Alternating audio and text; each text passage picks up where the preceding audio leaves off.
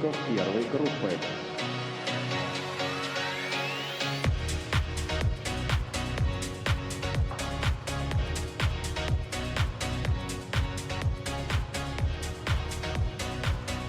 Алиса Кремер, Илья Целковский, Москва. Александра Буторина, Кирилл Махов, Краснодарский край. Кристина Клобукова, Михаил Храбрых, Кировская область. Ярослава Воробьева, Георгий Цымбалов, Москва. Разрешена 5-минутная разминка.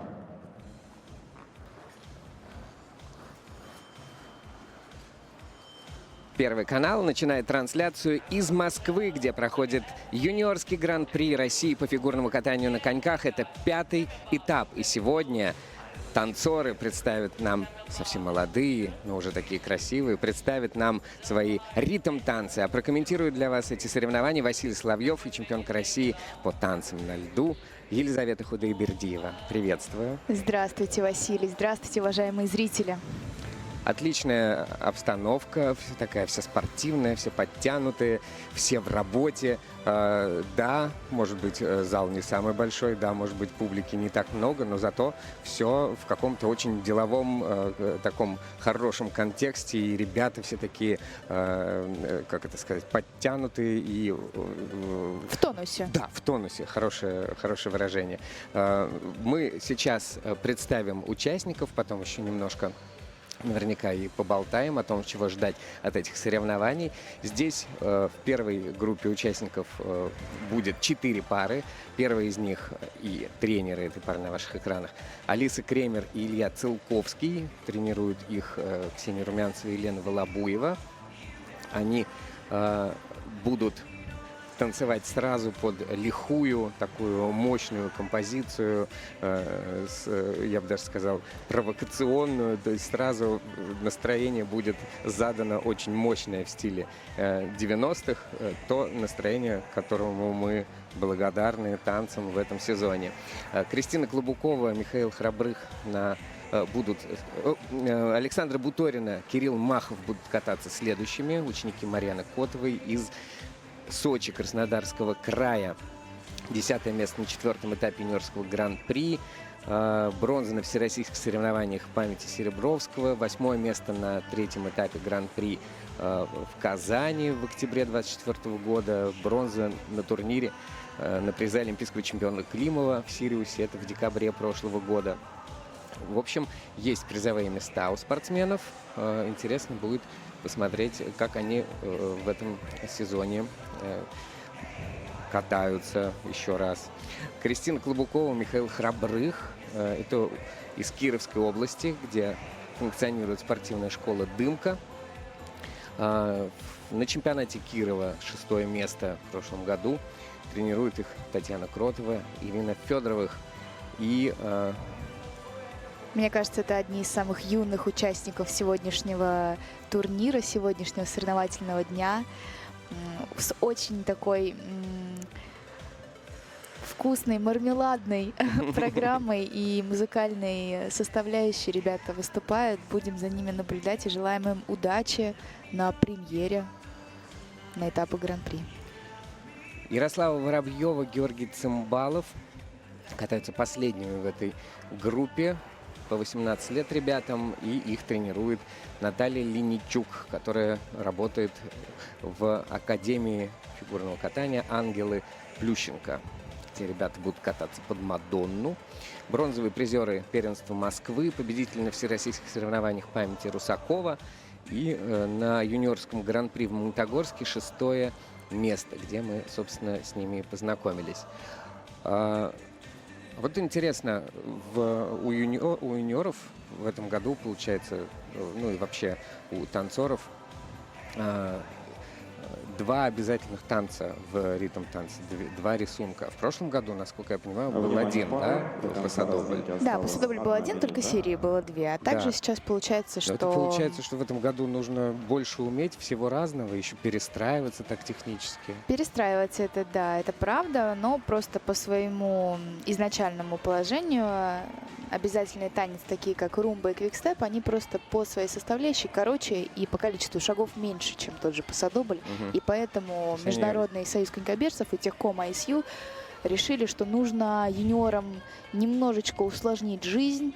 И действительно совместить два этих обязательных танца не сразу удается всем, потому что мало скорости после первой серии румбы, и нужно сильно так толкаться, показать все свое мастерство конька и возможность умения владения коньком и ребрами, чтобы набрать эту самую скорость и выполнить следующие кейпоинты в квикстепе. Лиса, вот у тебя же есть друзья, которые не занимаются фигурным катанием? Очень много. Вот как ты им на соревнованиях, ну, во время проката, как ты им объясняешь и показываешь, что вот после румбы нужно в квикстеп быстрее входить? Или всем все равно, они наслаждаются танцем и все, танцем? Да, я считаю, что танцы на льду нужно непонимающим, непрофессионалу смотреть просто с удовольствием и наслаждаться тем, что делают спортсмены. И верить тебе на слово. Это правда. Алиса Кремер, Илья Целковский выходят сейчас под стартовым первым номером, открывают наши соревнования, дебютируют на этапах Гран-при. Желаем ребятам удачи. В том числе в их музыкальном сопровождении композиция «Smack My Bitch Up».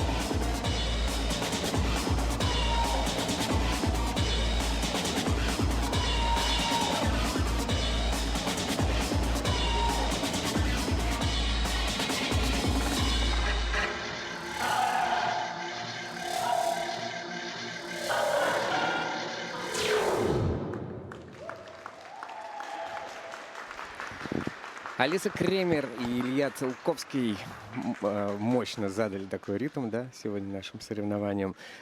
Хотя вот эта композиция, ну, у нее очень напористая такая вроде бы музыка, но в то же время ритм-то, может, и не такой быстрый для ваших, для танцев, а он как будто скрыт. Но это не может не сказываться, с другой стороны, на экспрессии, правильно, если уж ты такую музыку берешь. Мне понравилось, не знаю, что там судьи думают. Ну, я советую, наверное, ребятам не так обращать, и они не будут этого делать, так сильно обращать внимание. Для них важно было сегодня просто выступить на этих соревнованиях, потому что, может быть, уровни еще и не те, которые хотелось бы и нам, и ребятам, и их тренерам, но это те спортсмены, которые совмещают в этом сезоне выступления и по первому спортивному разряду, и по кандидатам в мастера спорта. То есть для них это их 3-я программа, это огромный объем работы, и как вообще спортсмены, честно говоря, успевают параллельно тренировать и обязательные танцы, и произвольный танец с одним количеством элементов для первого спортивного, и с другим количеством элементов для кандидатов в мастера спорта. Очень хорошие стартовые твизлы были исполнены.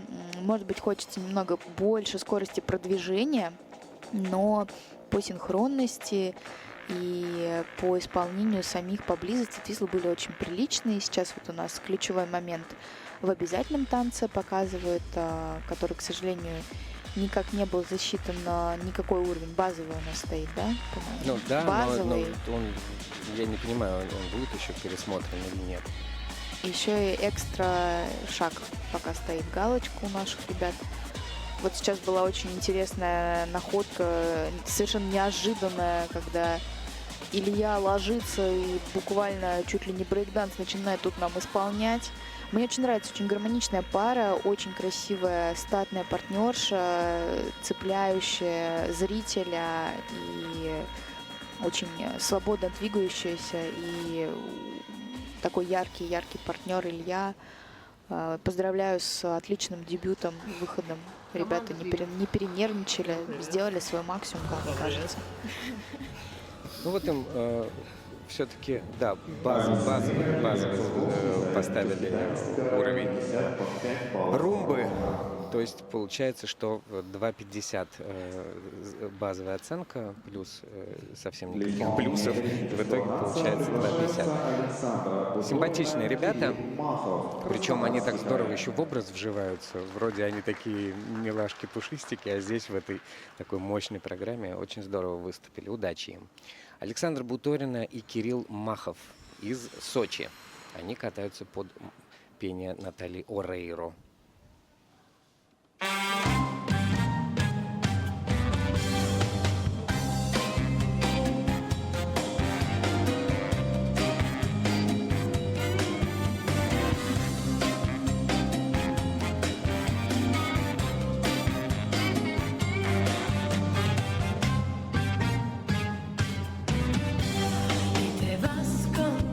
Corazón herido y te quiebra el viento.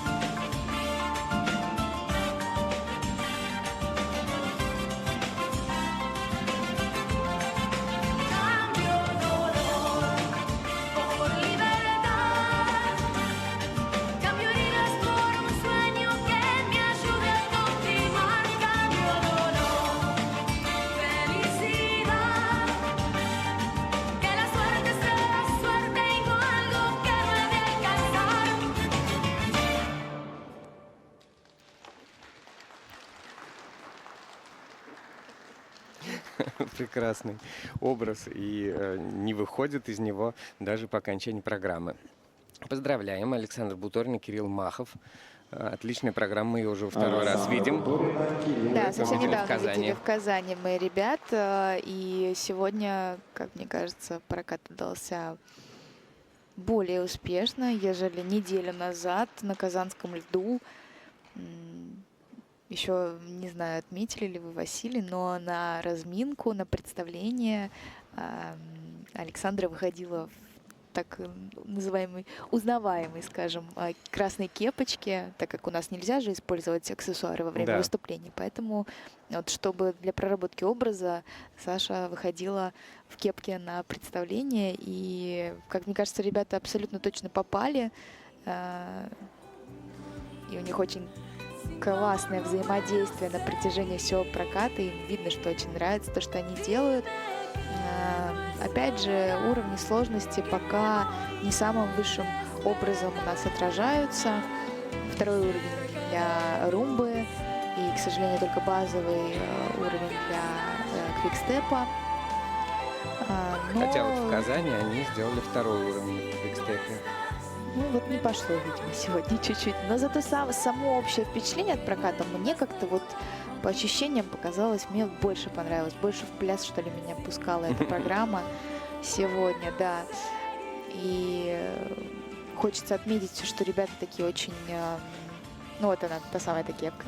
Ребята очень чувствуют с чувством позы такие вот линии. И мне кажется, что нужно нам обязательно будет наблюдать за этим дуэтом, как они будут развиваться и в этом сезоне, и в последующих. Мне кажется, отличный старт. Ну вот как-то вообще есть ощущение, что здесь из-за того, что у нас не так много зрителей на стадионе, вообще как-то как будто обстановка спокойнее. Такая более домашняя, что ли, я не знаю. Они как-то вот спокойно откатали. Вот у них 4-м уровнем оценены твизлы, на которых они в Казани, например, ошибались, партнеры. И тут партнер еще и 3-м уровнем дорожку проехал, тогда как в Казани у обоих было 2-м уровнем сейчас. У партнерши 1-м, у него 3-м. Ребята Значит, развиваются процесс даже за идет неделю. какой-то. Представляете, как улучшились? Да. Кирилл Молодец, да. выделился Кирилл сегодня, молодец.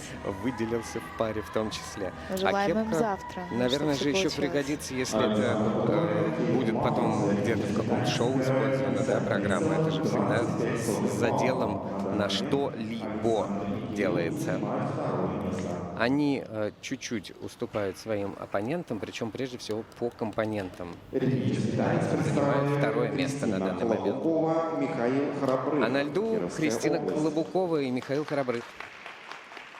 Кировская область, школа «Дымка» и их «Барби Герл» программа. Желаем ребятам удачи. Hiya, Bobby. Hi, Ken. You want to go for a ride? Sure, Ken. Jump in. I'm a Barbie girl in the Barbie world. Life in plastic, it's fantastic.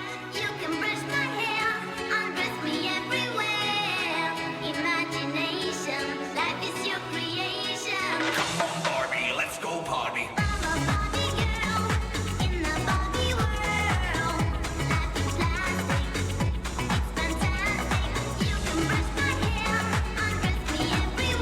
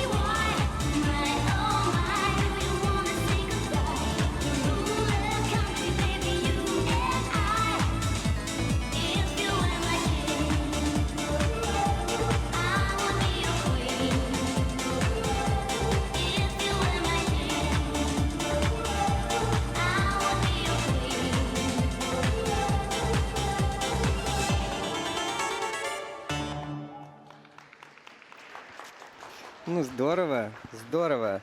Кристина Клобукова и Михаил Храбрых. И вот Кристина часто мы Клобукова, отмечаем, Михаил что тренерам нужно максимально подчеркивать сильные стороны спортсменов и нивелировать слабые. Вот у этой пары, ну она совсем молодая, такая комплекция, вот выбрали максимально правильную музыку, образ, и она работает даже, вот она еще только встала в позу, в старт, а уже все работает. Здорово. Да, совсем юные спортсмены, 13 и 14 лет ребятам.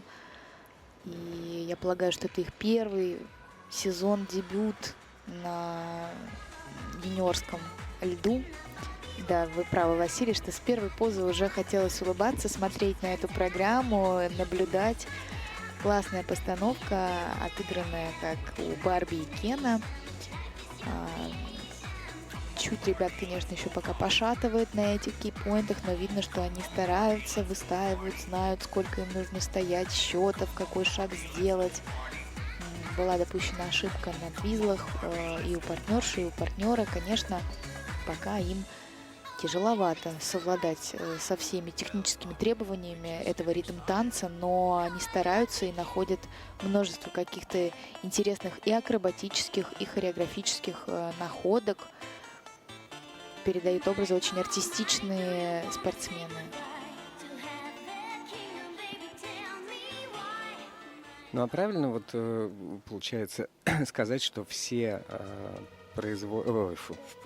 обязательные танцы, вот рисунок всех обязательных танцев, не только этого сезона, но вообще они все-таки больше заточены на взрослых спортсменов, а молодежи с маленькими короткими ножками негде выделиться, то есть негде подвороваться немножко в каких-то рисунках. Нет, на самом деле это все зависит от техники катания. Можно с разными антропометрическими способностями и возможностями одинаково хорошо кататься реберно, рельефно. Это все зависит от наработки, от техники катания, конечно. Поэтому плюс, естественно, техком выбирает более сложный танец для взрослых спортсменов, и те, кто катается по третьему спортивному, никогда не будет катать тот обязательный, который катает по кандидатам в мастера спорта, естественно.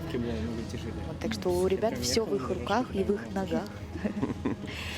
Мы им желаем удачи.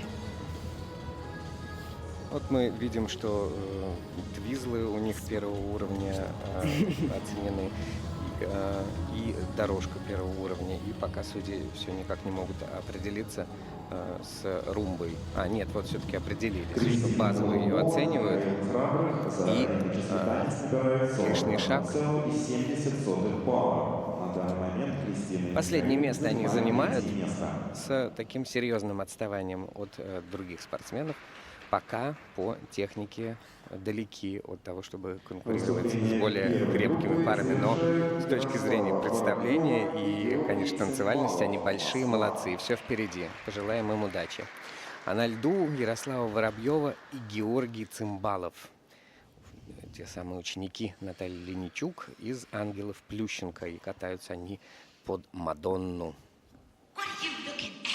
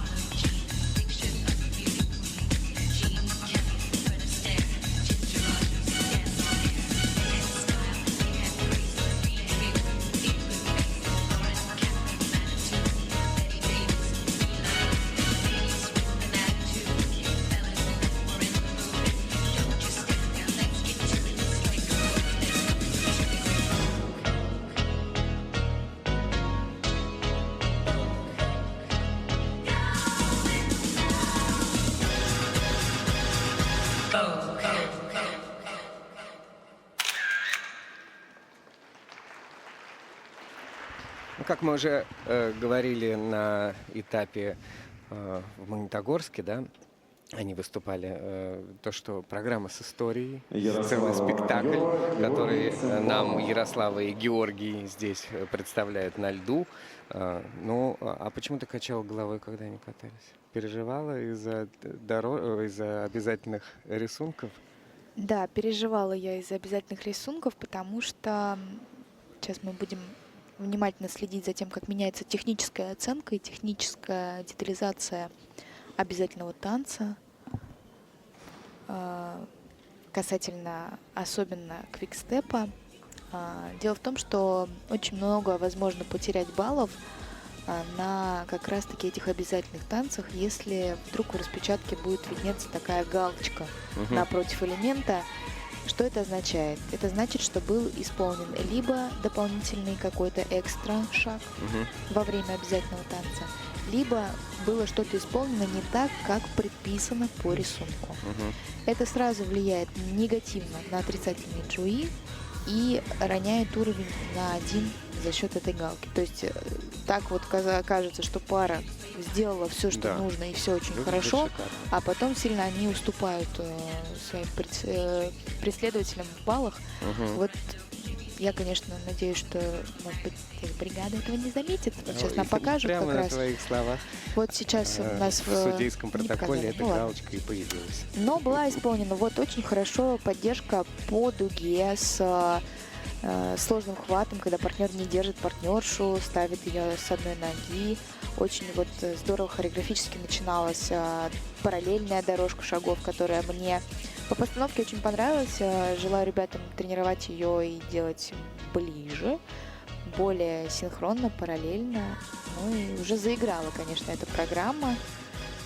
Даже с того момента, как мы ее видели в Магнитогорске. Да.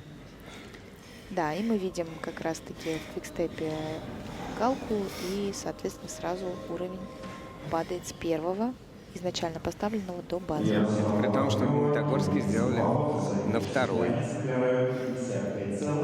К сожалению, тогда они набрали 54. Все равно улучшили свой результат Здесь, сегодня. да, но здесь лучше на 1,5 балла примерно, на балл с копейками набрали. Молодцы. Ну, потому что у них твизлы 4-го уровня и кое-какие другие баллы пошли в плюс.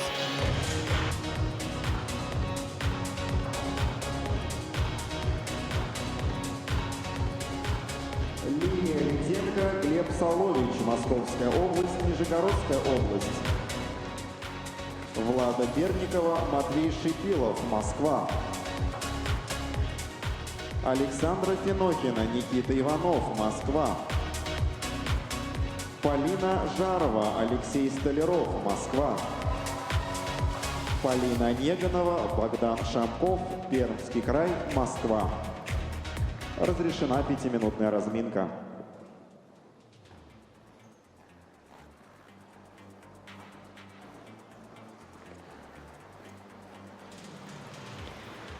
Продолжается соревнование юниорского гран-при в Москве. На 5-м этапе ритм-танец в исполнении танцевальных пар. И следующие участники уже на льду в разминке. Первыми будут кататься Лилия Литенко, Глеб Солович. Тренируются они в Балашихе в группе у Дениса Самохина и Марии Боровиковой. Здесь на льду их сопровождает Никита Назаров. Катаются они в своем ритм-танце под Дана Интернешнл и Леонтьева с программой «Казанова», которая в этом сезоне чрезвычайно востребована оказалась благодаря этим ритмам 90-х. Ну и неделю назад мы наблюдали ребят в Казани, да, где они очень хорошо дебютировали и вместе в первый раз на этапе Гран-при, и в целом заняли очень достойное место, хорошо заявили о себе. Да, набрали тогда 55 с лишним баллов.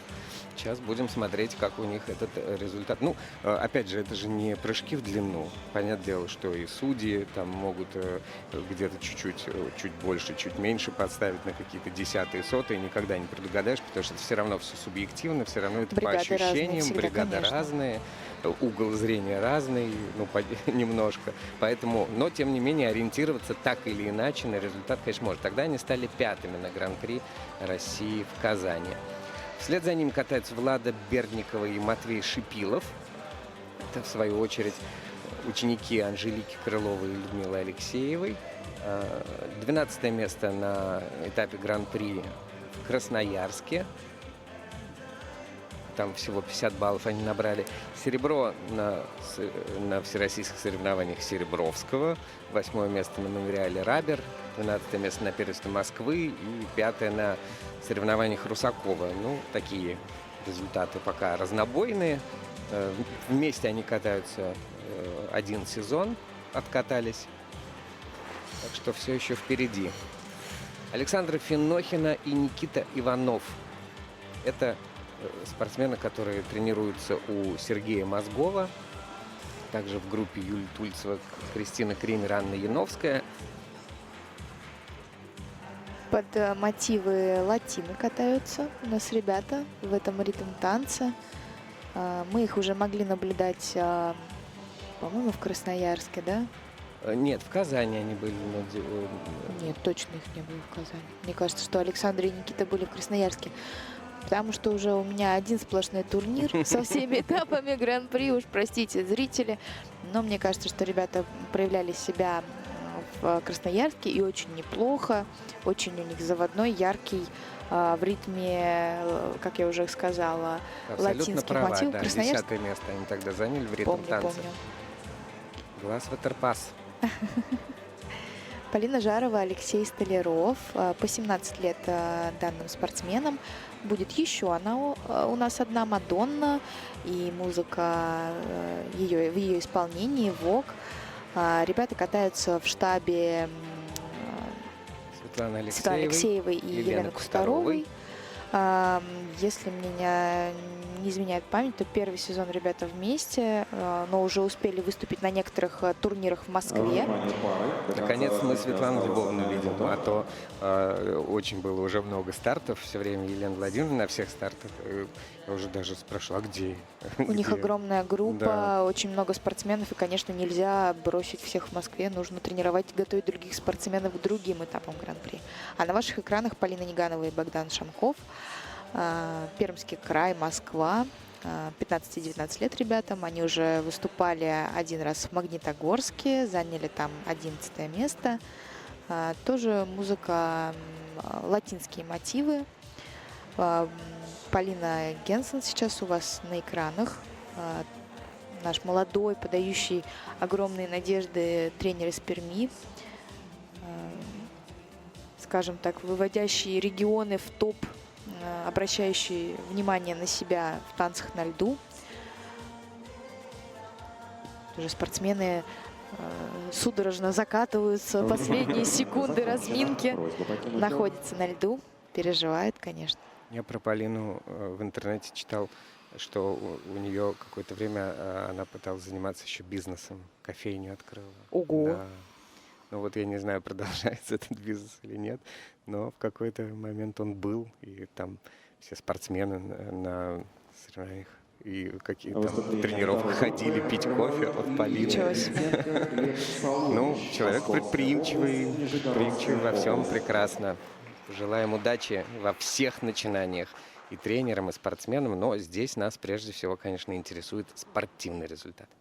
И начинаем мы смотреть соревнования во второй группе участников с выступлений Лилии Литенко и Глеба Соловича.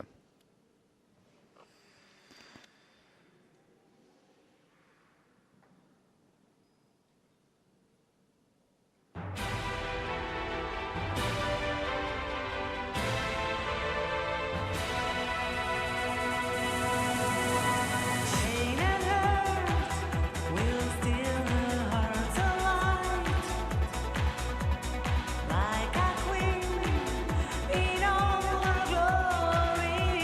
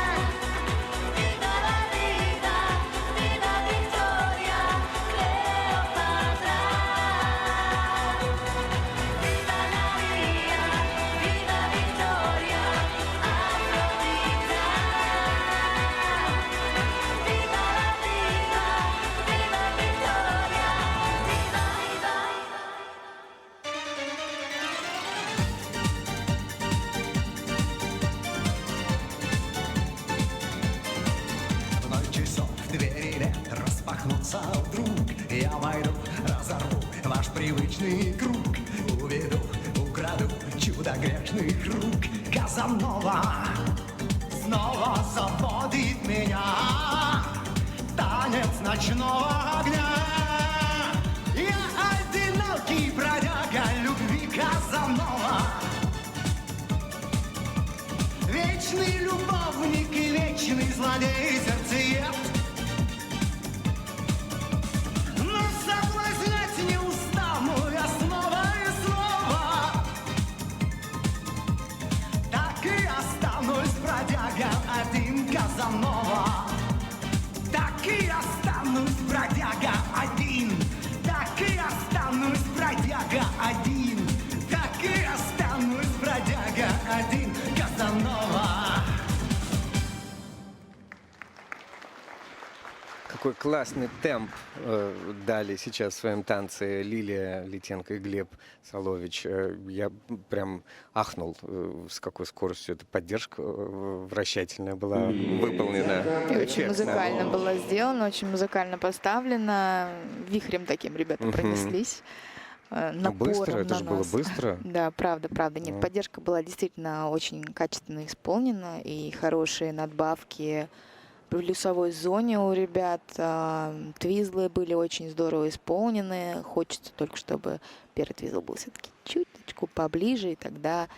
Да, первые еще поближе, но потом зато они съехались уже очень плотно ко Да, второму. было Но очень-очень уже, близко. Да, но уже поздно, да, или как это? Или на втором твизле, ну, там же серия твизлов оценивается, правильно? Конечно, ну, судья расценивает, один что был элемент. первый далеко. Что первый, да. Показали, что умеют так близко. Да, да, да. Но все равно твизлы мне очень, очень понравились. Они, опять же, музыкально сделаны, с классным входом. Сегодня у нас очень много галок в обязательных танцах у спортсменов. Техбригада очень внимательно следит. Давайте в замедленных повторах посмотрим. Но дело же не только в технической,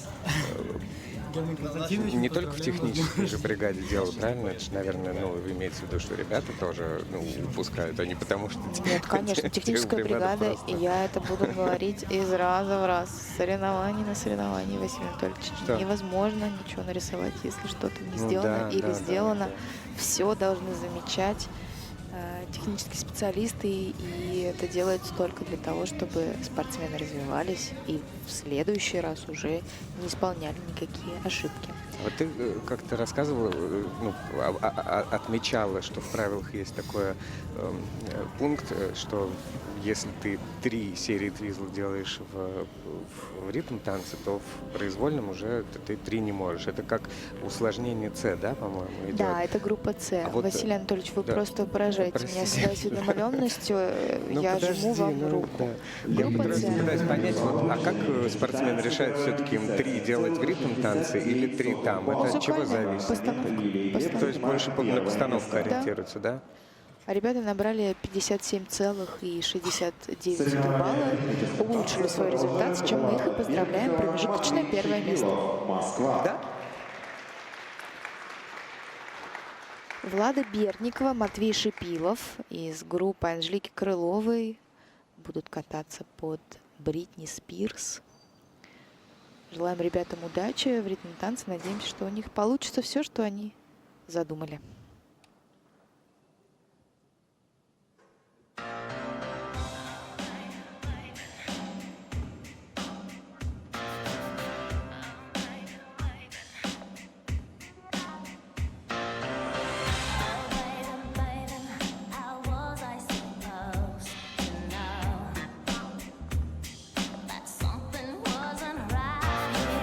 Oh, baby, baby, I shouldn't have let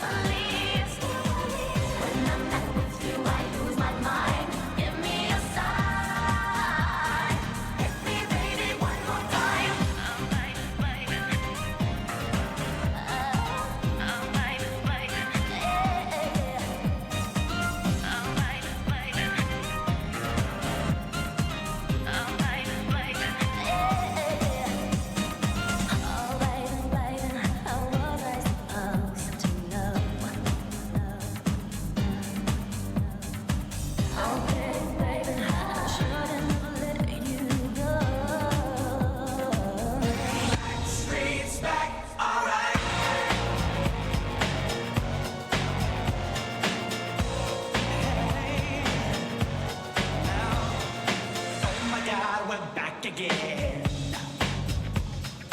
Brothers, sisters, everybody sing. Gonna bring the flame, I'll show you how. Got a question for you, better answer now. Yeah. Am I original? Am I the only one? Am I sexual? Am I everything you need? You better rock your body now.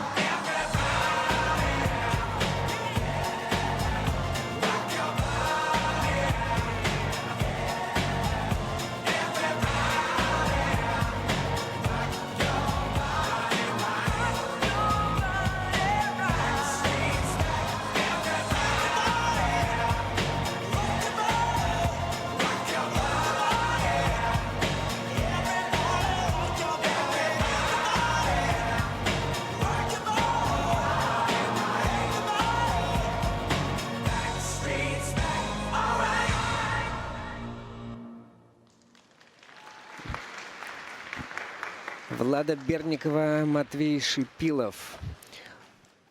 Ну, все программы в ритм-танце у юниоров исключительно яркие, танцевальные, позитивные. Вообще не позитивные могут быть программы у юниоров или нет? Могут быть, почему нет, если это будет правилах высокая не написано? энергия Там передаваться. прописано в правилах высокая энергия. Да. Да. Понимай, как хочешь. Песня может быть любая, музыка может быть любая. Главное, чтобы она будоражила внутри и вызывала какие-то серьезные высокие чувства. Конечно же, и Бритни Спирс, и Backstreet Boys вызывают подобные чувства у нас от проката Влада Берникова и Матвея Шипилова. Я думаю, что ребята сейчас улучшат свой результат относительно предыдущего этапа Гран-при в Красноярске. И у нас сегодня разминка партнеров, которые когда-то катались раньше. Матвей Шипилов много-много лет катался с Лилией Литенко, ранее в Балашихе. И поэтому я знаю и Матвея, и Лилию очень давно. У них очень хорошая база техническая. Поэтому, что позволяет Матвею уже с Владой получать высочайшие уровни. Хороший чекдаун было исполнено у ребят. Чуть поднялось лезвие на троечке на втором кейпоинте. Но ребята, я думаю, будут совершенствоваться по сезону, улучшать эту часть обязательного танца. Прекрасная поддержка, оцененная 4-м уровнем и большими надбавками джоуи судейскими. И опять так называемая рыбка у нас была, так называемая, в параллельной дорожке шагов. Ну, многие вот так с брейк-дансом экспериментируют, я смотрю, в ритм-танце. Да, мальчики себе могут позволить. Такие остановки до 5 секунд, по-моему, да, разрешены? То есть нужно успеть все быстренько в танце, Я на в полу. шоке. Василий, вы не хотите на судью сдать семинар в Я вот следующем году? собираюсь. Да? Да. Я вас буду ждать в августе месяце. Матвей Шипилов за ритмический танец набирает 56,28. Ну вот в отличие от Красноярска, в том числе и под Визлом они лучше подтянулись. И по дорожке шагов, если она у них была 1-го уровня, то теперь 2-го. Молодцы. От Литенко и Соловича на 1,5 балла они отстали, пока занимают 2-е место. Александра Финохина, Никита Иванов на льду. Группа Сергея Мозгова. Под ритмы Макарены будут кататься спортсмены. Давайте смотреть и наслаждаться ритм-танцем, ребята. Suavemente, bésame, que quiero sentir tus labios besándome otra vez. Suave, bésame, bésame, suave, bésame otra vez. Yo quiero sentir tus labios besándome otra vez. Besa, besa, bésame un poquito. Besa, besa, besa, besa, bésame otro ratito. Pequeña, échate para acá.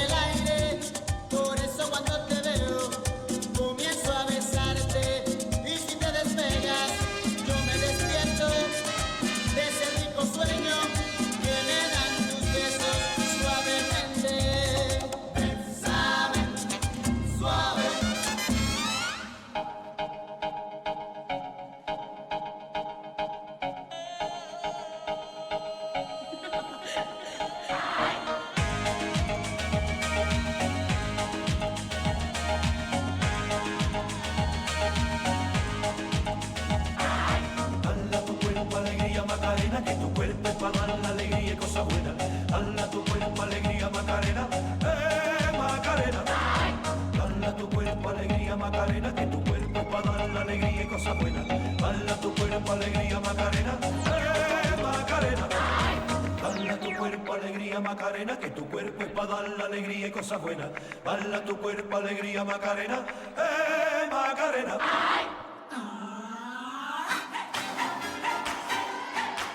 Ya llegó, presente.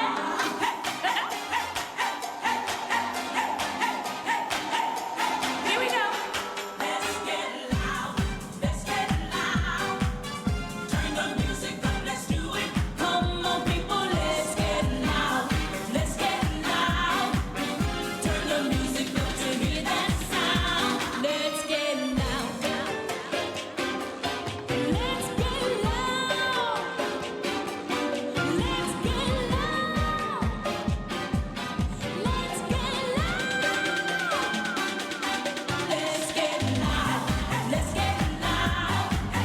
Turn the music up to hear that sound. Let's get loud. Let's get loud. Ain't nobody gotta tell you what you gotta do. I can do that, did you?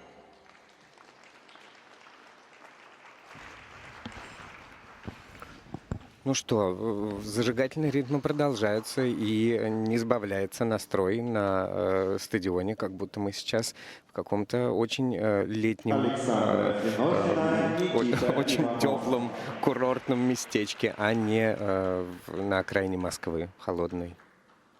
Не такой уж и холодный. Хороший танец. Александр Финохин, Никита Иванов.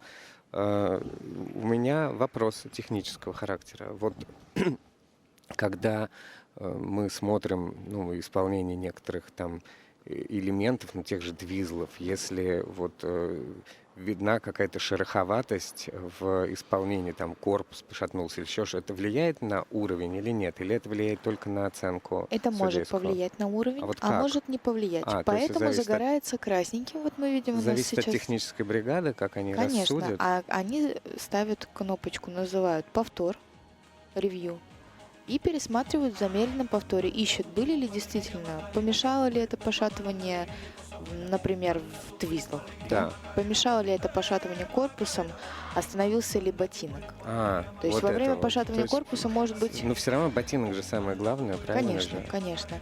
Но вот здесь у ребят сняли уровень с твизлов у партнерши, потому что был согнут локоть во второй секции твизлов, наружном твизле во втором.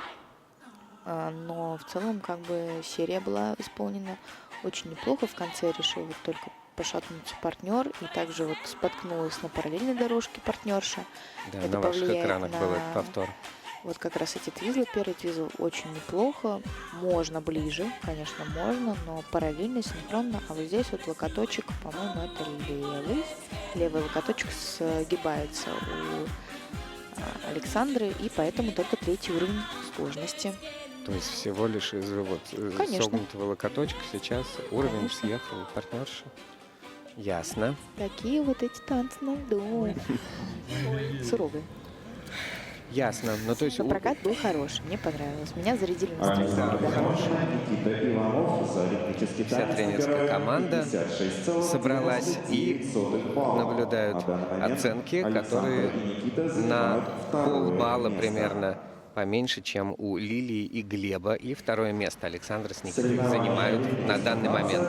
Впереди катание Полины Жаровой и Алексея Столярова, также из Москвы. Тренеры Светлана Алексеева и Лена Кустарова из школы Медведкова. У них тоже Мадонна и Queen of the Night. What are you looking at?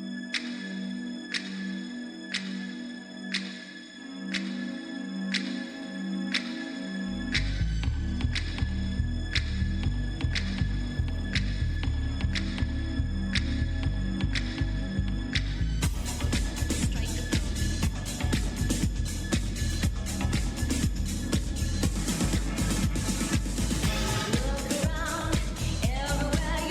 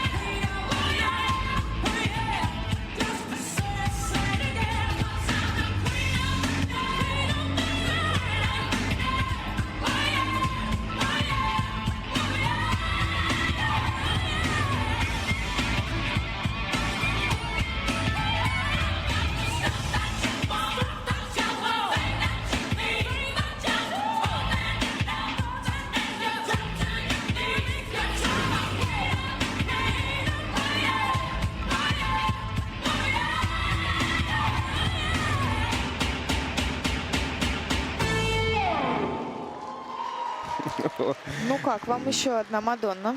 Да, мне неплохо. Мне кажется, что, ну, причем до Твизлов, до серии Твизлов, как будто еще ребята были чуть более сдержаны, там вот эти все обязательные танцы и так далее. А потом Полина дала жару уже после Твизлов. Мне кажется, с что, самого начала. мне кажется, Думаешь, что Полина давала жару с самого Ну, начала. ну, Мне, мне если так честно, показалось. понравилась эта вариация Мадонны больше, чем та, которую мы видели ранее. Мгм. Мне кажется, что эти образы подходят ребятам, больше они чувствуют их как-то. И на контрасте, конечно, Я думала, они к нам едут сейчас. м, сказать спасибо Поговорить. за то, что... Так целеустремленно ехали прямо на нас, а здесь Да, просто за плюшевая игрушками. игрушка здесь лежала возле Да, нашей комментаторской. хорошее настроение было у ребят во время танца, и очень хочется посмотреть повторы обязательных танцев, потому что отмечены у нас 3 и 4 Да. уровни сложности. Дорожку шагов 3 по партнерше, 1 по партнеру, пока на пересмотре, но это очень-очень серьезная заявка. На самом деле, давайте понаблюдаем, посмотрим, как будет этот танец. Вот сейчас у нас есть чиктао. Ну, партнерша ставит ножку на 2 ребра, конечно, во время чиктао. Ну, несмотря ни на что, ей засчитали этот кейпоинт, с чем мы ее и поздравляем. Судьям явно виднее.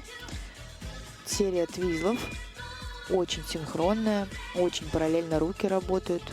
И с очень хорошим движением вперед это Да, все шло. немножечко разошлись на втором, но прекрасное исполнение параллельной секции твизлов. И вот это вот очень интересная поддержка в стойке, головой вниз у партнерши. Ну, хочется все-таки оговориться, что жару давала не только Полина Жарова, но и Алексей Абсолютно Столяров. точно. Ее Алексей, поддерживал во всех. Алексей, извини, если её- мы про тебя Да, забыли. да, Ты да. тоже был Не, они максимально прям в молодцы. образе. Ну, просто Мне Полина нравится. все равно дала жару, конечно. Ну, да. девочка и должна быть Да. ярче партнера.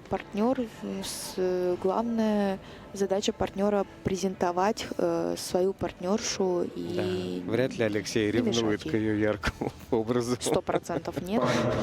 Так что Пара и получилась, нас как мне простит. кажется. Да, отличный танец. Они на первом месте. И так довольно-таки серьезно опережают Лилию Литенко и Глеба Соловича. И впереди катание Полины Нигановой и Богдана Шамкова. Спортсмены Богдан Шамков. из Пермский Перми край, Москва. катаются под руководством Полины Генсен. Ну, представляют официально Пермский край и Москву.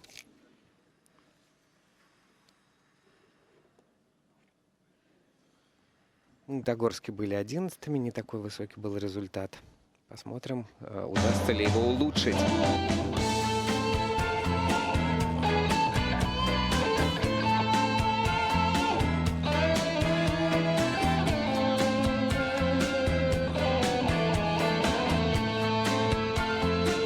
Man, it's a hot one, like 7 inches from the midday sun. Well, I hear you whispering the words, melt everyone, but you stay so cool.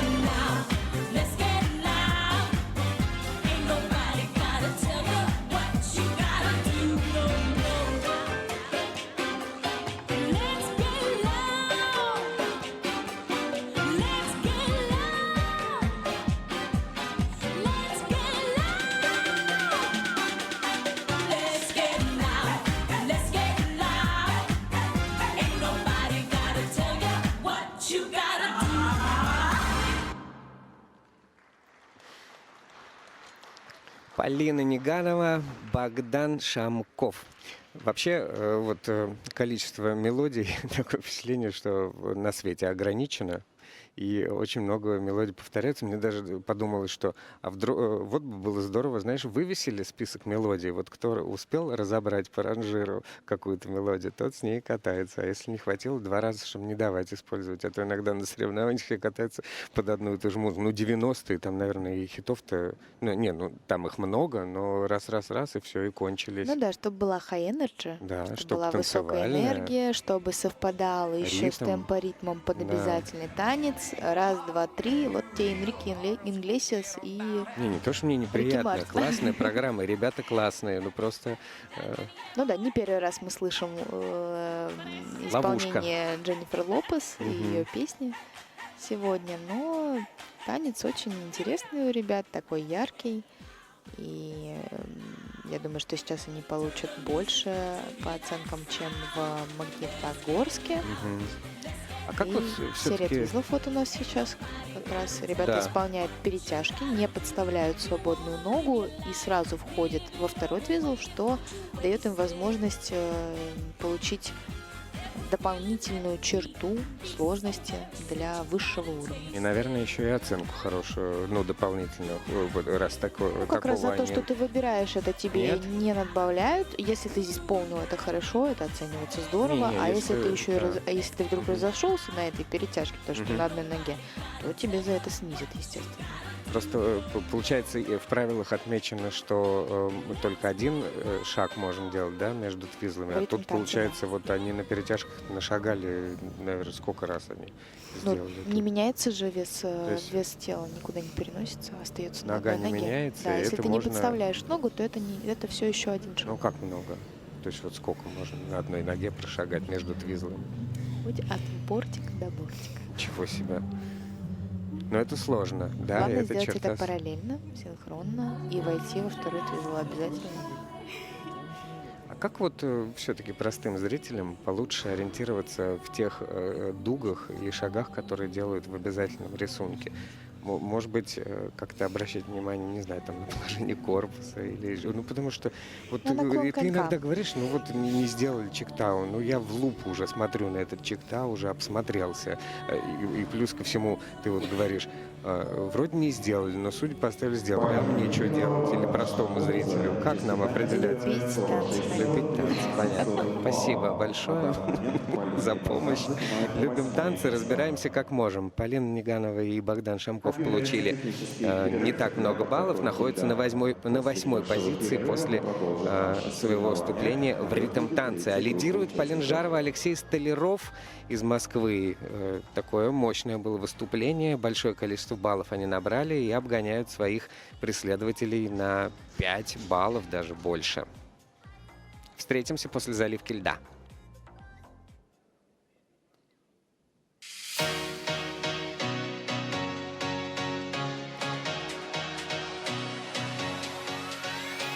Встречаем на льду участников третьей группы.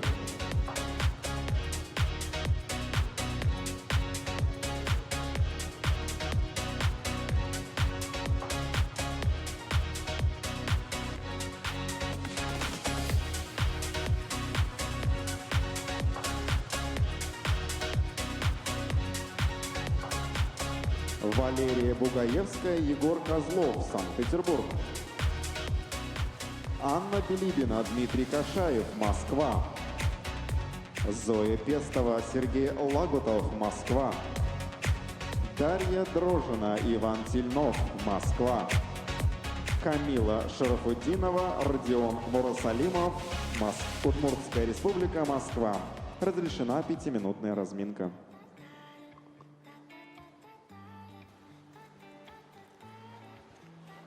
Продолжается соревнование на юниорском гран-при России по фигурному катанию. 5-й этап проходит в Москве. И в танцах на льду время исполнять ритм-танец у третьей группы участников, список которой находится на ваших экранах.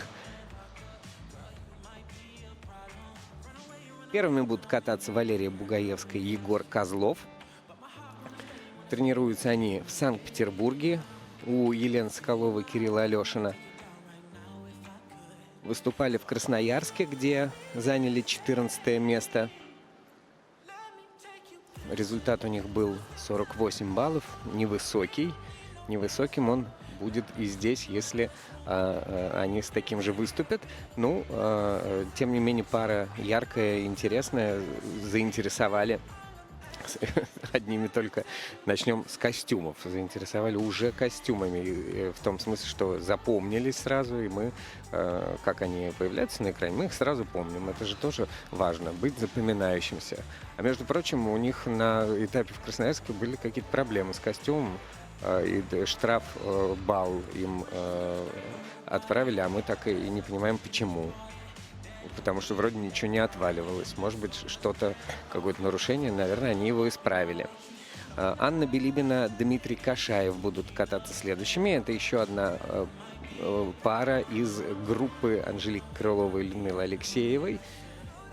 В Лужниках они тренируются. Они в Красноярске были 4-ми.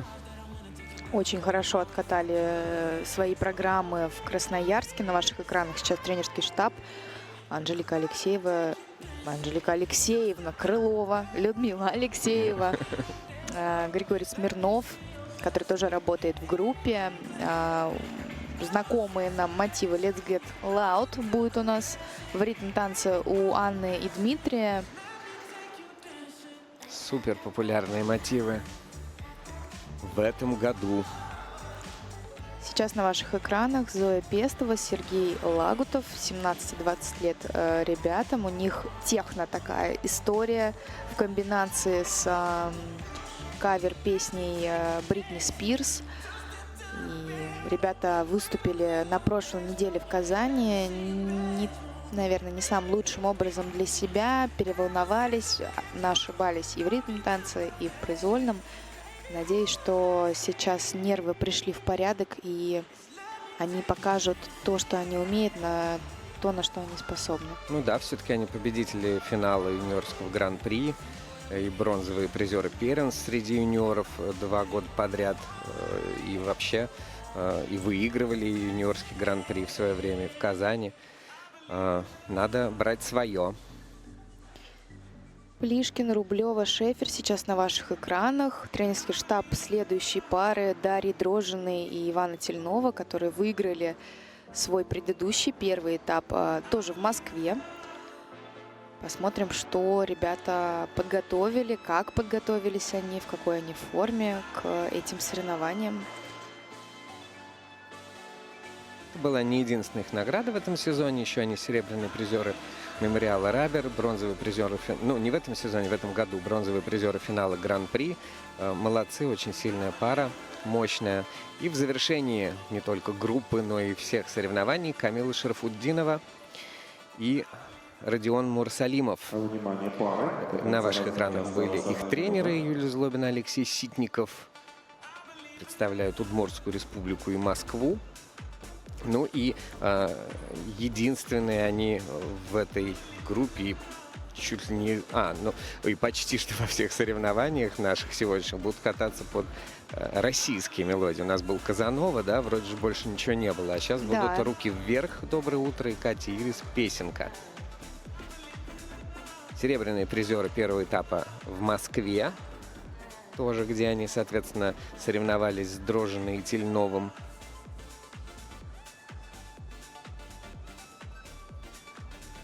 Ну и были в прошлом году призерами нескольких турниров.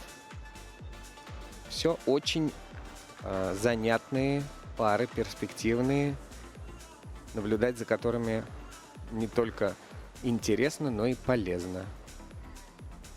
Ну и традиционно, как и предыдущая группа, в последнюю минуту своей разминки танцоры накручивают круги, чтобы остаться в тонусе и сбросить последние нервы, оставить их на разминочном льду и на соревнования уже выходить с холодной головой и крепкими мышцами. Разогретыми. Выступление третьей группы открывают Валерия Бугаевская, Егор Козлов. Валерия Бугаевская и Егор Козлов из Санкт-Петербурга.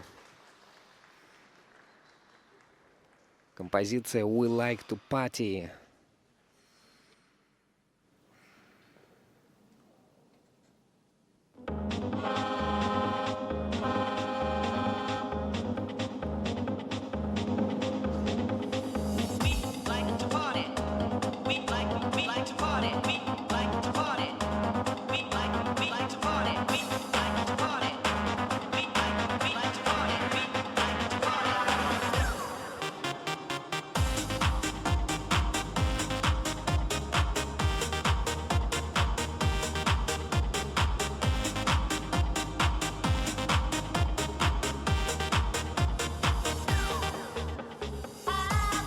Something to tell you. I've got news for you. Gonna put some wheels in motion. Get ready 'cause we're coming through. Hey now, hear what I say now. Happiness is just around the corner. Hey now, hear what I say now. We'll be there for you. Brazil!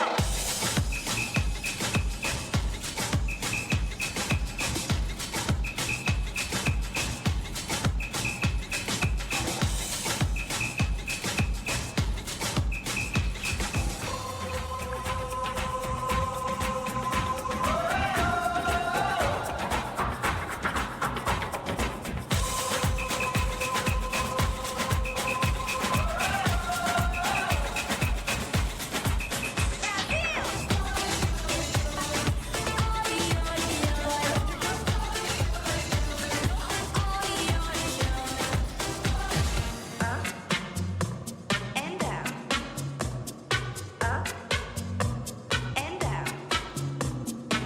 down, up and down, up and down, up and down, up and down, up and down, up and down,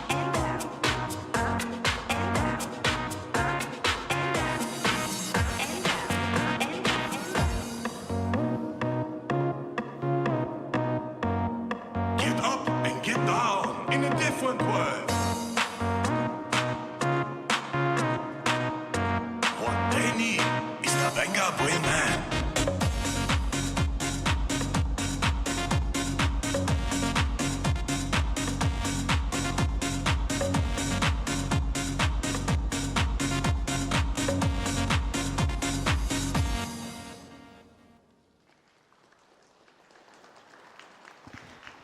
Валерия Бугаевская, Егор Козлов. Так, ребята очень сильно старались, но по окончании проката как-то очень быстро вышли из образов. По-моему, ну, то ли устали, то ли не очень были довольны прокатом. Как думаешь, что произошло? Ну, это спортсмены знают только они сами. Может быть, действительно подустали, потому что не так давно выступали в Красноярске. И, конечно, долгие перелеты, смена часовых поясов. Естественно, это все сказывается на состоянии спортсменов, а может быть, понимают, что не так хорошо выполнили те элементы, которые были представлены в ритм танца. Только первый и второй уровень, соответственно, для каждого из партнеров параллельной дорожки шагов. Также как раз у нас сейчас показывается нам эта самая параллельная дорожка. Вот как видите, спортсмены то съезжаются, то разъезжаются. Это, естественно, влияет на судейскую оценку. Плохое исполнение Мухока, который наверняка не был засчитан технической бригадой. И как раз вот сейчас было видно, что партнер не взял ногу на твизлах. И, соответственно, у него пропадает группа «Б». А в правилах технических с этого сезона, если отсутствует группа «Б» в исполнении твизлов, мы не можем ставить уровень выше второго. Поэтому сразу падает оценка с 4 на 2 уровень у партнера.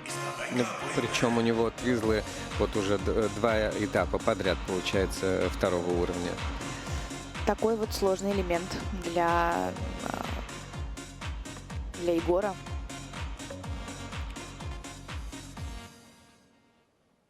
Будем желать ребятам удачи завтра в произвольном танце. Надеемся, что они откатают его без ошибок на свой максимум. такая все равно запоминающаяся пара, самобытная. Наверняка найдут своих поклонников, которые с интересом будут за ними следить, за их развитием, прогрессом, как у ребят будут обстоять дела.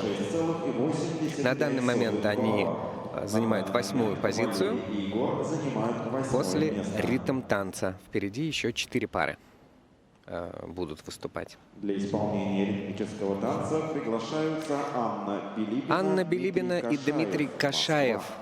на льду. Ученики Анжелики Крыловой, Людмилы Алексеевой.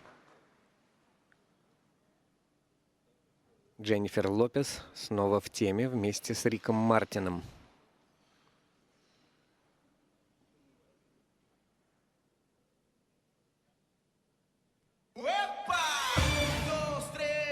Un pasito para adelante, María. 1, 2, 3, un pasito para atrás.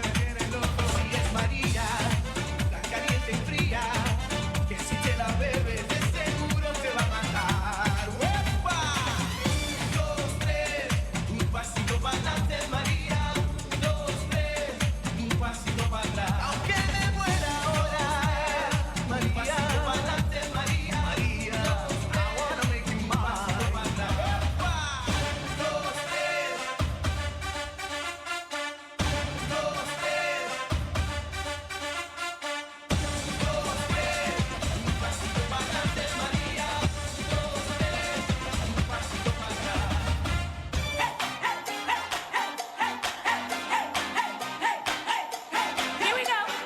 Let's get loud. Let's get loud. Turn the music up. Let's do it. Come on, people. Let's get loud. Let's get loud. Ain't nobody gotta tell you what you gotta do. You wanna live your life, live it all the way, and don't you waste it. Every feeling, every beat can be so very sweet. You gotta taste it.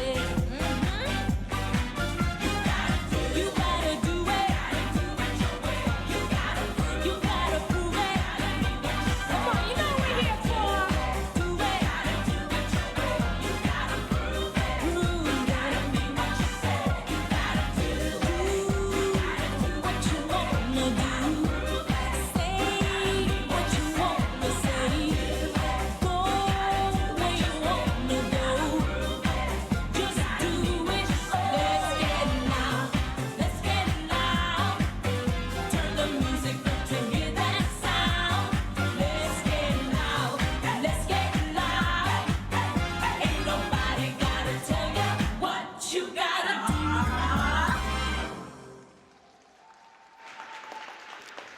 Анна Билибина и Дмитрий Кашаев зажгли сегодня своим ритм-танцем и взбудоражили всю собравшуюся публику на трибунах, несмотря на то, что уже много раз мы слышали музыкальное Да. сопровождение в лице Дженнифер Лопес, но своим танцем ребята очень здорово подняли настроение, хотя, казалось бы, куда еще выше.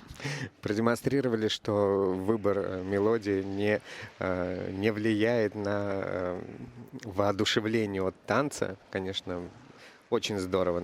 В таком темпе сумасшедшем. Такие переходы интересные. Очень много находок, мне кажется. Они тоже довольны своим выступлением. Да, ребята Обнимашки. выложились по полной. Конечно, сделали свой максимум. Давайте посмотрим на замедленных повторах повнимательнее, что же там нам насчитают судьи. Очень ребята танцевальные, очень эмоциональный, харизматичный партнер. Параллельная серия твизлов была исполнена прекрасно. Оценена она 4 уровнями сложности для обоих партнеров. Также вот здесь у нас засчитанная чистая чиктао и у партнерши, и у партнера. 3 уровень для румбы, но, к сожалению, только 2 После пересмотра. для квикстепа после пересмотра, хотя изначально горел 3. Что-то нашли там судьи у нас. И вот параллельная дорожка шагов. Тоже очень танцевально, очень здорово было сделано. И вот этот невероятный хореографический элемент, где вроде сначала смотришь на партнера, потом на партнершу, она оказывается в колесе. В общем, ребята так сразу удивляют этой хореографической находкой. И 3 и 4 уровень сложности для дорожек параллельных. Дима, дорогой, я тебя поздравляю с этим достижением, по-настоящему достижением. 100% чисто исполненных шагов в дорожке. Класс. Это здорово. И они такими взрослыми и потрясающими танцорами выглядят на льду, а потом показывают их Кисенкрай, ну, дети, Совсем просто еще детишки. юные ребята. Да. 64-87.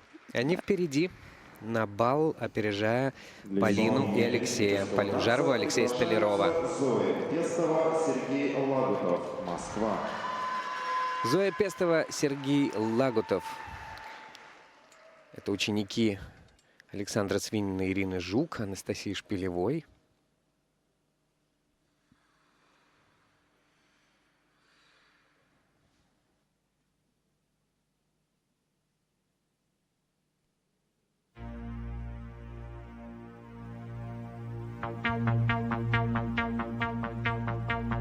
Let me say yeah. Let me say yeah.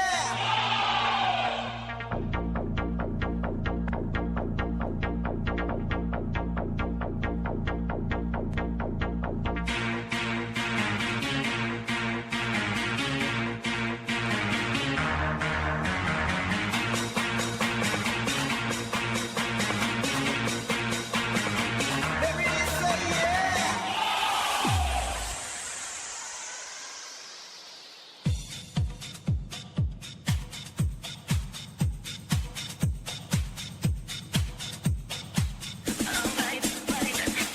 Oh, baby, baby, how was I supposed to know that something wasn't right here? Oh, baby, baby, I shouldn't let you go. Now you're right outside, yeah. Show me how you want it to be. Tell me, baby, 'cause I need to know now.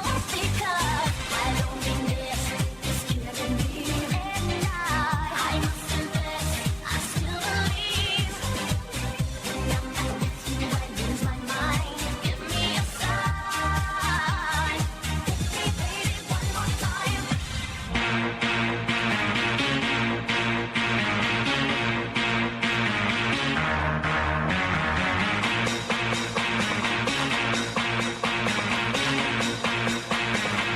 Let me say yeah.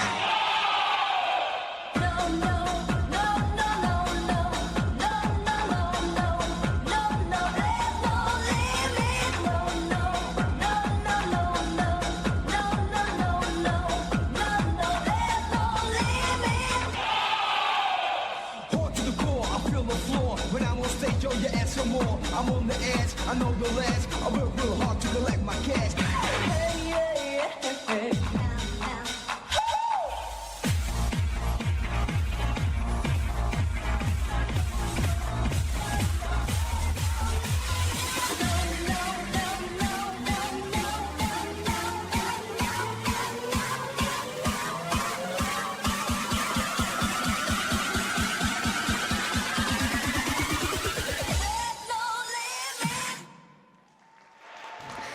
Хочется утопить в аплодисментах такое завершение танца мощное. Зоя Пестова и Сергей Лагутов, когда тоже очень музыкально и по нарастающему темпу идет эта вращательная поддержка, и все быстрее, быстрее, быстрее музыка, и они заканчивают полный экстаз.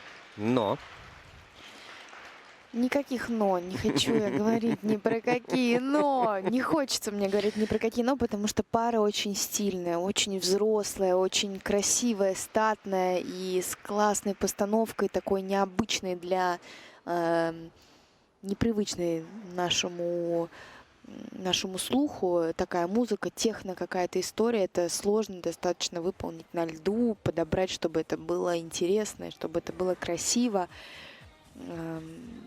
Ну, они стремятся это сделать по-взрослому, вот, И да, они чтобы это это было делают. Они не это просто делают, конечно. какие-то, извините, танцульки, а вот серьезная Да, это вам серьезные программа танцы на катания с Вот у большими нас эмоциями. серия твизлов. Первый твизл шикарно, очень близко, очень на скорости. А тут Сережа решил, что ему надо вот немножко поискать баланс как-то то вправо, то влево.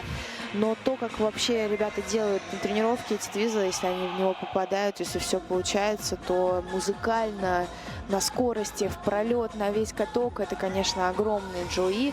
И несмотря даже на то, что Сергей немножко покачнулся во втором твизле, все равно надбавки от судейской бригады очень высокие.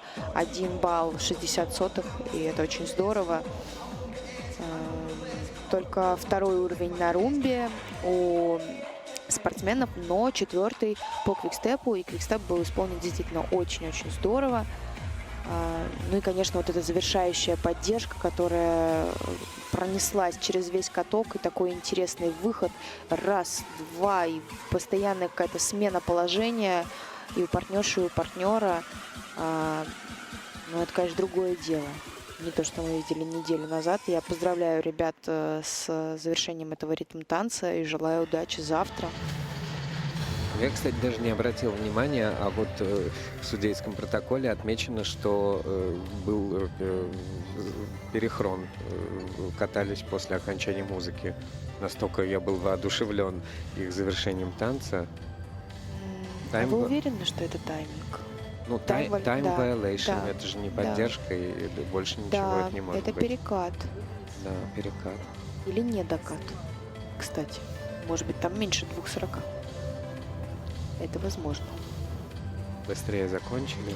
Да, музыка у нас должна быть 2 минуты 50 секунд плюс-минус 10 секунд.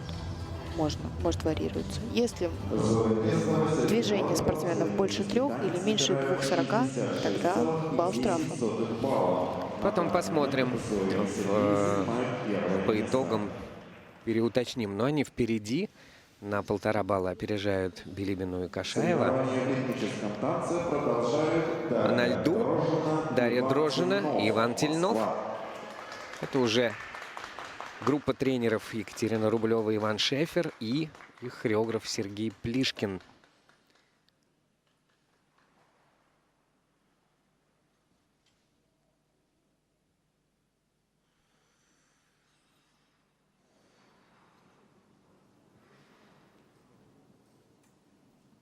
Can you feel it, baby? Can you feel it, baby? Can you feel it, baby? Can you feel it, baby? Can you feel it, baby? Can you feel it, baby? Can you feel it, baby? Can you feel it, baby? Can you feel it, baby? Can you feel it, baby? Can you feel it, baby? Can you feel it, baby? Can you feel it, baby? Can you feel it, baby? Can you feel it, baby?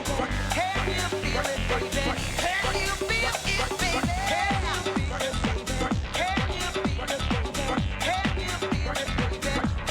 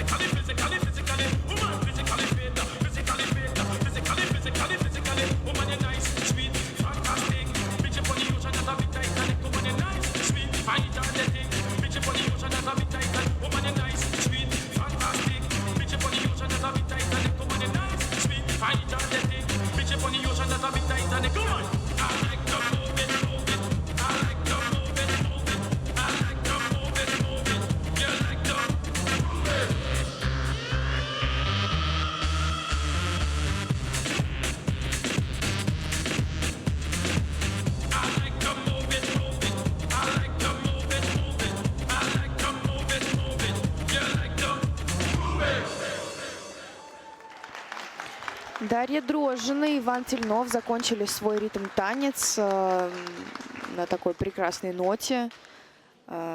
Шикарная поддержка была с таким продвижением, набором хода. Очень яркий танец. Как вам, Василий Анатольевич? Потрясающе. Мне очень нравится. И еще тогда в Москве понравился. Но я смотрю судейский протокол. А не надо туда смотреть. И Я же мне вам говорю, наслаждайтесь танцами на льду. Мне становится страшно.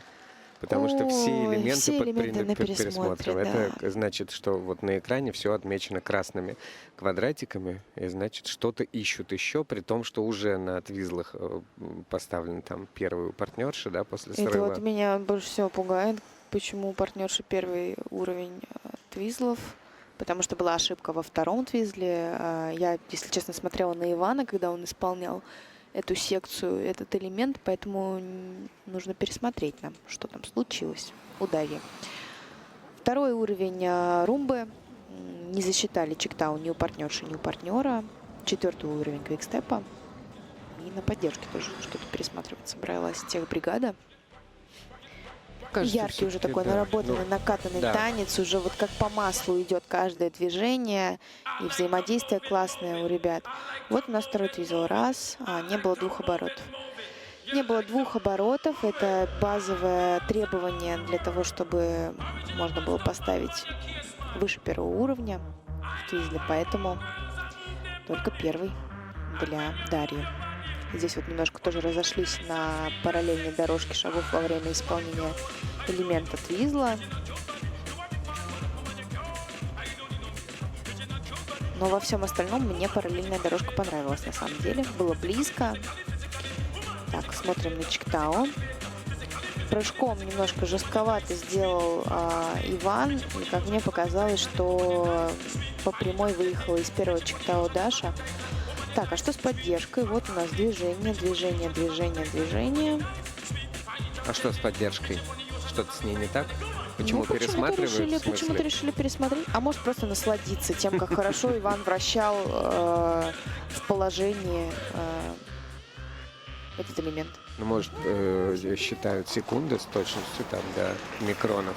Могла она быть чуть длиннее? 8 секунд или секунда сколько? отслеживает. У нас поддержка может быть до 8 секунд. Да. Короткая. Секунда отслеживает рефери, не техническая бригада. А Вот по пересмотре делает техническая бригада. Ясно. Уровень поддержки снижен до 3-го. Давай тогда еще. Вопрос.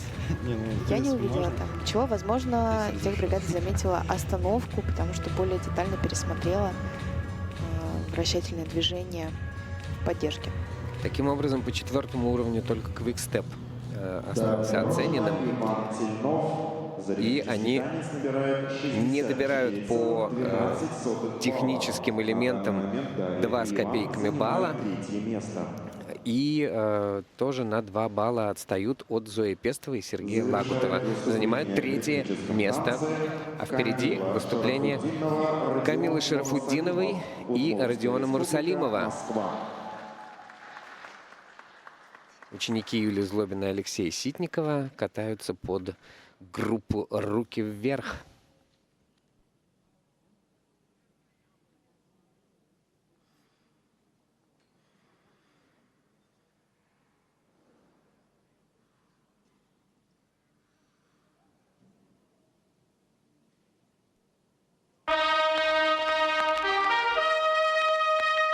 Начинаем занятие гимнастикой с ходьбы на месте.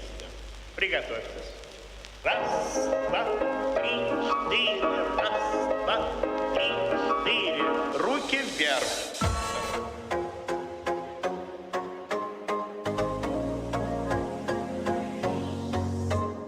Что произошло?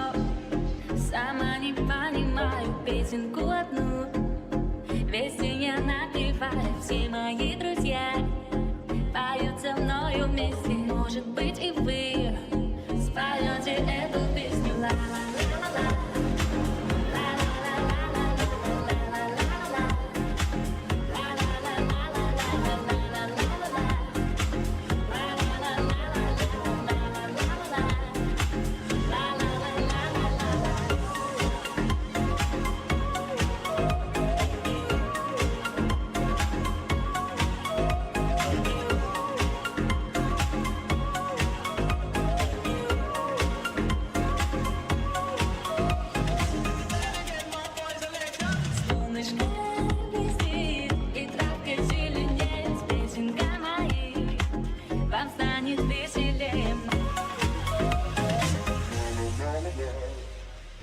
Шагните шагом, марш! Раз, два, три, четыре. Поворот. Наклон. Руки вверх.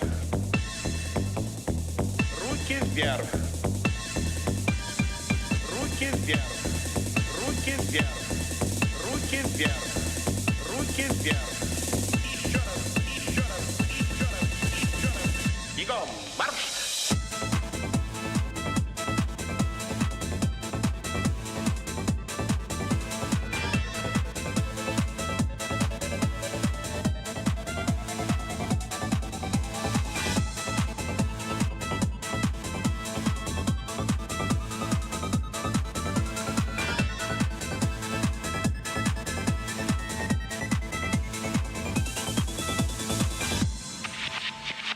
Еще раз поднять обе ноги, хлопок.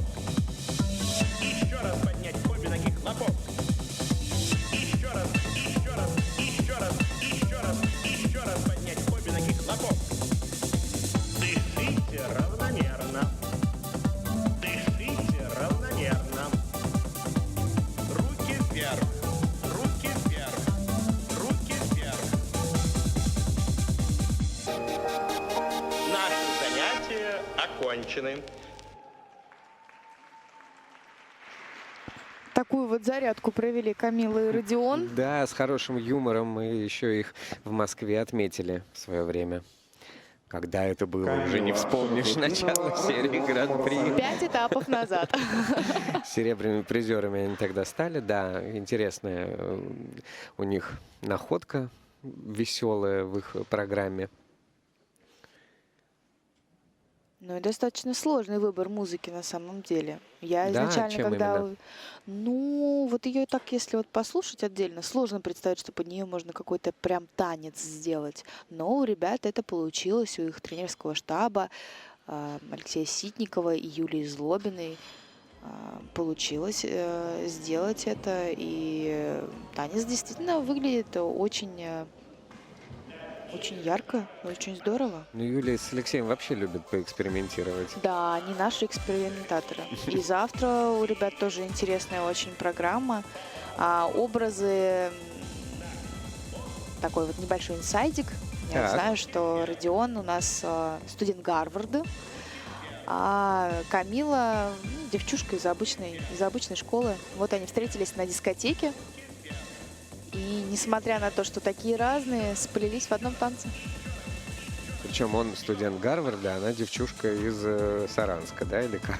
Ну, не Или- уточняется, откуда или- именно. или Может быть, не из штата такой большой. Огайо. Из Огайо, я понял. какого-нибудь. Забавный обязательно. сюжет. Четвертый уровень твизлов для Камилы и Родиона оценен техбригадой. Немного было расхождение на третьем твизле. Из-за этого не такие высокие надбавки от линейной судейской бригады. Параллельная дорожка второго и третьего уровня для партнерши и партнера соответственно. Поздравляю с этим, ребят. Это очень серьезное достижение. Наверное, вот это чиктау не взяли, потому что был коротковат выезд у спортсменов. И вращательная поддержка в очень хорошем, красивом положении, на хорошей скорости. Оценена 4-м уровнем сложности и с высочайшими судейскими надбавками. Ну, тренеры довольны, спортсмены довольны. Заритмический танец набирает 60. Ну вот они набирают больше баллов, чем они набрали тогда на первом этапе в Москве. И многие вещи улучшили, и твизлы, и некоторые уровни. Но здесь им этого результата достаточно только для того, чтобы пока оказаться пятыми и в очень плотном таком соперничестве и с 4-м местом, и с 3-м и 2-м. Прям совсем небольшой отрыв, всего лишь там 1,5 балла до 2-го места. Это, во-первых, говорит о том, что у нас здесь и состав получился, по-моему, посильнее, да, чем на первом этапе в Москве. Такая конкурентная среда собралась после многих этапов. Ну и то, что судейство — это чаще всего непредсказуемая вещь. опа. О как. Ну нет, я О, имею в виду как. не в смысле, что судьи 4 пары. непредсказуемо работают, Просто а в том смысле, что четыре дуэта сегодня были здесь сотая. представлены из сборной команды страны. И, конечно, из-за этого уровень конкуренции высочайший. Завтра будет очень интересно. Смотрите «Танцы на льду» на Первом. Я с вами прощаюсь. До завтра, дорогие зрители. Елизавета Хабердиева оставляет вас с Василием и с Максимом Троньковым, который подключится к комментированию наших прекрасных спортивных пар. Спасибо, Елизавета. До встречи завтра. До встречи.